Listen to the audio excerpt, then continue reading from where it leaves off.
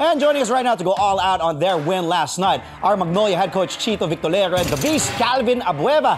Coach Chits, Calvin, welcome back to Sports Desk here on CNN Philippines. Congratulations, Magnolia, first team to make it to the semifinals of the PBA Commissioner's Cup. Coach Chits, magandang gabi sa'yo, pare.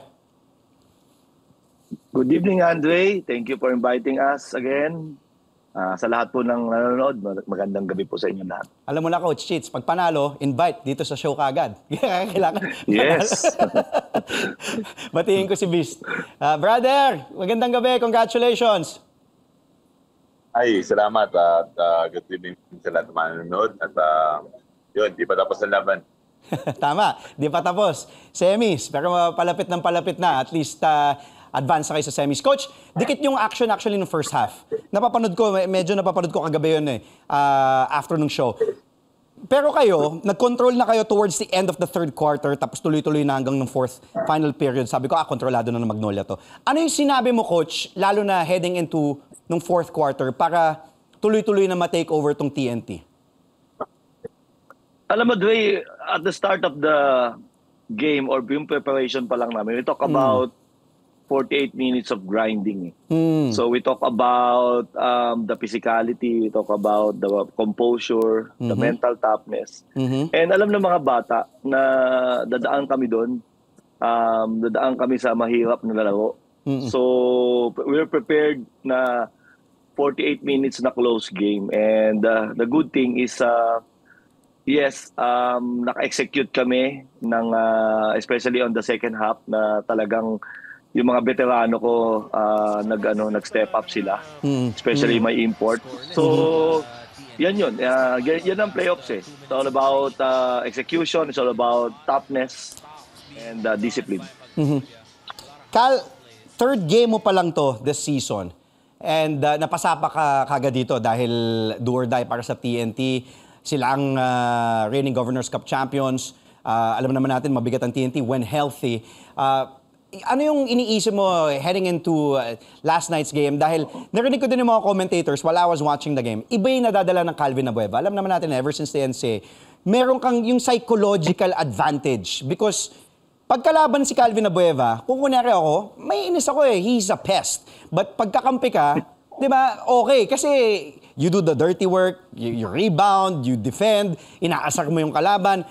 Do you feel 100% na ba ang The Beast ngayon, Calvin? Bakit na? Ngayon is going healthy is like 75 to 80% na. Kasi nung past elimination talagang struggle ako at hindi ako nakapaglaro. It's a third game.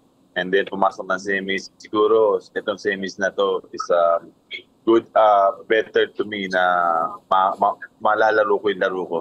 Mabibigay ko yung laro ko hanggang mapunta ng finals. Kaya itong commissioner na to at yun nga, sabi nga namin 50% pa lang ito na-achieve namin at yung 25 is itong finals and yung going 100 pakuha namin yung goal namin and yun talaga yung isa sa amin na kailangan namin papagawakan.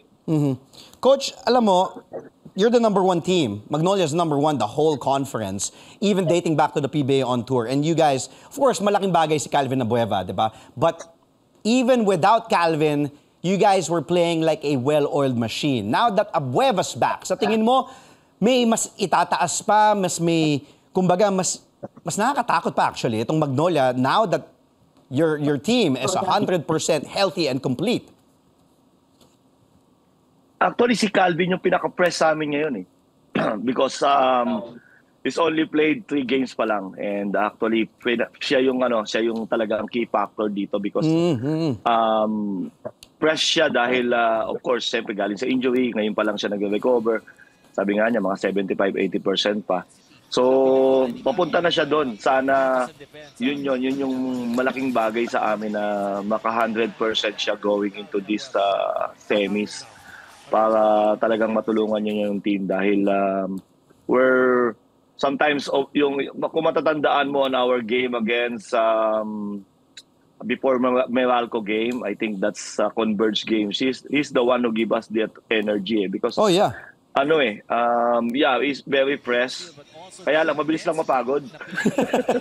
Dahil nga, wala pa sa kondisyon. Oo naman, normal naman yata yun. Yeah, sabi ko nga sa kanya, yan, tulungan lang niya yung team. This 1 month na lang to eh. I mean, Correct. and then kung makakarating kami doon sa dulo, at least Correct. is fresh and mentally ready siya. So yan naman yun eh, malaking bagay siya, malaking factor siya, yung lalaruin niya at yung itatakbo niya doon sa team namin. Coach, nakita mo yung first hand, yung laro, Meralco Phoenix. Sabi mo nga, pag-uwi mo, pinanood mo dahil umabot ng 3 overtime. But your thoughts on that game and sino yung nakikita mong mananalo this Sunday because crucial to. Kung sino mananalo dyan, Phoenix, Meralco, ay makakaharap niyo sa semifinals. Yeah. I mean that's playoff basketball, Andre. I mean, sarap panoorin. Ganda. We're watching mga players ko, they're watching also. And I mean, after the first overtime, yung regular nagbalik sila ng dugout and then babalik na naman ng court. I mean, parang sila din yung di ba naging fans din sila eh. I mean, yan yung playoff basketball. Yes. And kailangan ko nga silang i-settle down nung pagpasok namin sa dugout nung pre-game namin. Kailangan ko silang i-refocus because galing doon sa ganyan laro na panood mo, parang ma-excite ka talaga, di ba? So, yun. I mean, Andre, for me, kung sino man manalo dito on Sunday, deserving na talaga mapunta sa semis. At kung sino man yung matalo, I mean, nothing to ashamed of. Yes. Talagang sobrang ganda nung kanilang series na to. I agree. And talaga sa mga fans, I mean, para sa PBA fans tong mga ganitong laro. Even our game, talaga, dikit din kami. So, yan yung playoff basketball sa PBA. That's what we want siguro. And then, very exciting games. And hopefully, the fans are coming to the venue, watching the games live. Maganda yan. Kahit sino, kahit Meralco Magnolia o Phoenix Magnolia, papanoorin ng fans yan. Dahil pero sabi mo nga, deserving na pumasok mag-advance sa next round. Calvin, tanungin lang kita. Sino yung mas ayaw mong makalaban sa semis? Meralco, Phoenix? At bakit?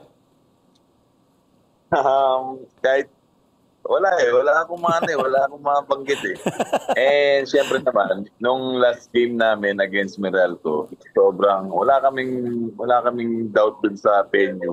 Pero actually, yung time na yun, sobrang init talaga.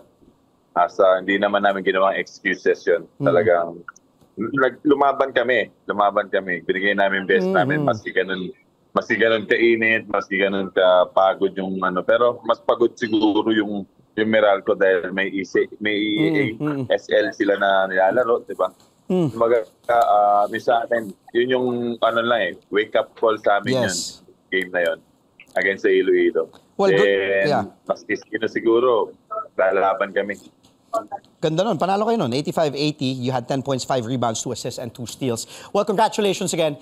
First team to advance to the semifinals in the PBA Commissioner's Cup, the Magnolia Hotshots. Maraming salamat. Brother, Coach Chito, good luck sa next round and congratulations. Thank you to Rina again for making this interview possible. Again, Magnolia Hotshots head coach Chito Victolero and the Beast, Calvin Abueva. Punta ako yung Japanese restaurant. Masarap yan kay Beast. From the hardcourt. Thank you. Maraming salamat. Good luck next round.